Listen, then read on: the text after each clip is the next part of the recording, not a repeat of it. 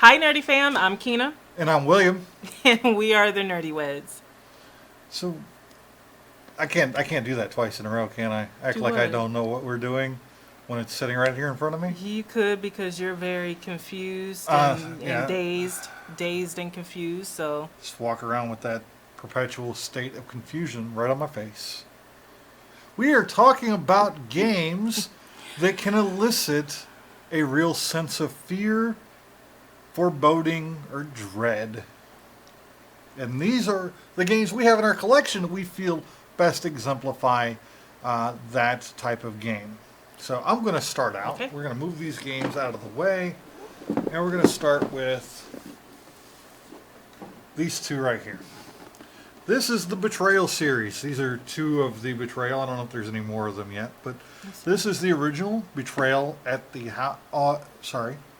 Everybody gets this name wrong.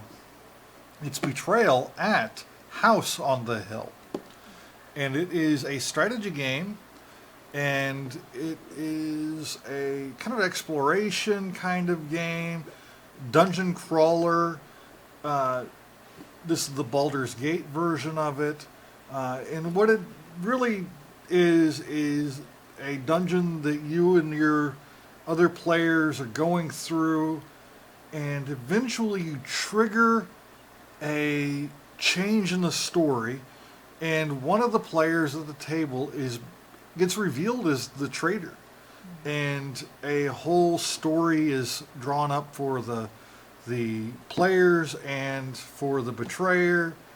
And it becomes a matter of which one will be victorious in the end. Will the betrayer kill all of his former compatriots, or will the players band together and defeat the traitor? So that can lead to some real tension. yeah, It's kind of a wandering game until the betrayer element kicks in. My only difficulty with this game is that it's a known element. The only thing that isn't known, and I even have the expansion over there for it that gives us even more stories, is what story is being unlocked. right. Because it did a good job at adding or creating a boatload of different stories that you're not likely to repeat the same one twice, at least not unless you play this game a lot. I was really excited to get the Baldur's Gate because I'm a big D&D guy. And that's my first pick for a game that can kind of develop that real sense of foreboding or dread. Okay. Not really fear, but you really get your heart rate up a little bit at times in this game. You get that same sense of foreboding and panic, real panic, in Run, Fight, or Die. And this actually is my number one pick. So I'm starting out with the best. You're starting out with the best? I'm starting out with the best because I feel like there are moments in the game where you do feel a sense of fear because you have that same heart rate speeding up and that same sweat dripping down your face that you get when you're in fear, when you're in panic mode, when you play this little game. And it's a very simple, straightforward game where you're not only playing against the elements in the game, which is the zombies, but you're also playing against the other players. So it's like you have one thing on top of another piling up on you, and you can be in one round and be sitting pretty because you're rolling pretty good and you're not getting any zombies, and the very next second you're like, wait a minute, I only had 2 zombies, where the hell all of these other zombies come from? So it really does put you in that fight or flight mode.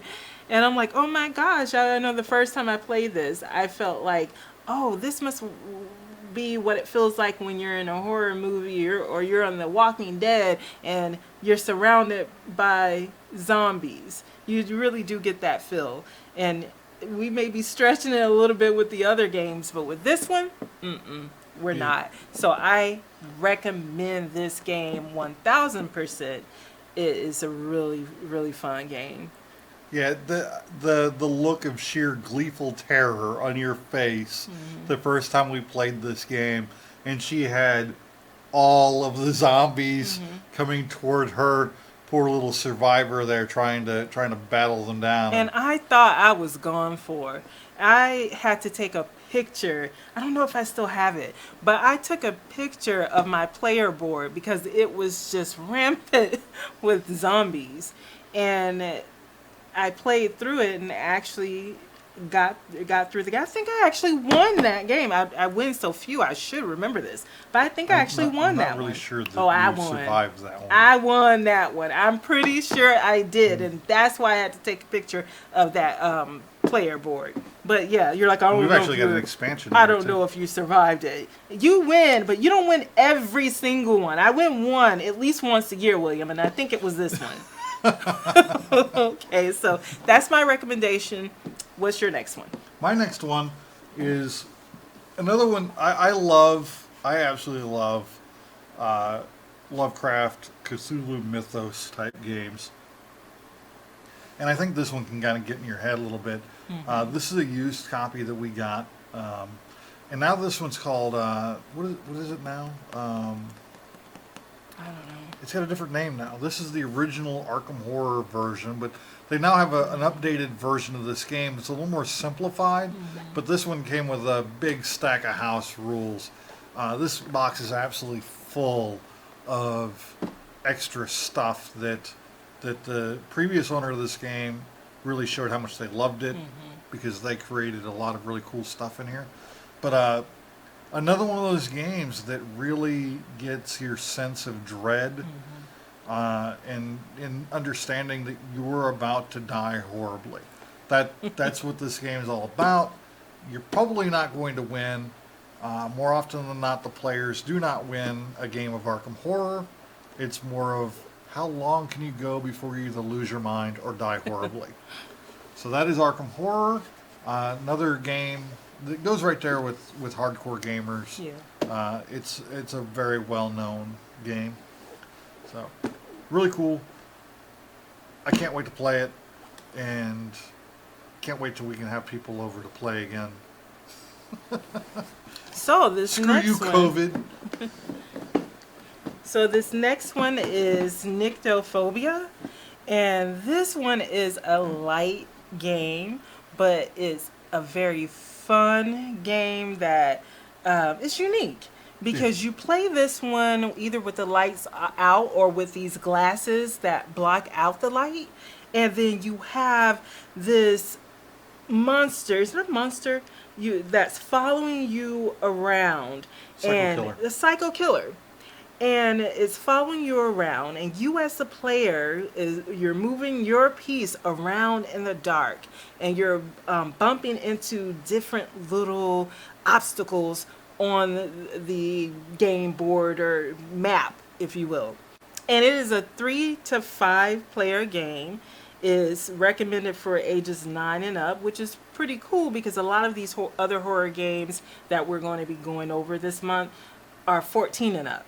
Yeah. So it's nice to have one thrown in that kids of a younger age will be able to play, because there's a lot of people who start out as horror fanatics at a young age. I know I did. So it'd be nice to have a game that is recommended for a younger player. I know growing up, we would have been allowed to play any of these games that we were able to figure out. But for kids who parents stick to the Age recommendation. This is one that your kid can play. So anything you want to add about this game? Yeah, this game, like she said, it's 3 to 5 player. One of the players in the game is the psycho killer. They are the only player in the game who gets to see what's happening in the game. All the other players are blind. And really, this game was developed by a young woman who enjoyed playing games with her blind uncle. He enjoyed playing games with her. He would learn through spatial awareness. He would set up the board exactly the same place and everything for different games. And he would learn where to put his pieces on the board because he knew how far to reach for certain things. Well, she sat down and she said, well, I want to create a game that a blind person can sit down and play that would be kind of a strength to them, and all of these pieces are 3D. They all have different 3D kind of things, like textures on the top of the pieces, different shapes. And the players are trying to find the car to get away. I didn't know that about the game being developed by a girl whose uncle had been blind, who was blind. That's pretty freaking cool. Yeah. So no wonder it is so well put together, because you really do get a good feel of the game as you're moving around, and the different obstacles you're moving bump into, and then feeling the different spots that you're on, and then having to remember the number of spaces that you went in one direction, so that if you're backtracking, you remember how many spaces to go back, and then what other direction to go to try to get to that car. Oh, my Freddy hat fell off. I got too excited. And if at any point you touch the psycho killer, you take a hit, and it's a game. And also the psycho killer gets to draw cards that allow them to do different things to the players, like whispering, threatening sounds into their ears, or some other thing that really can add to the horror element.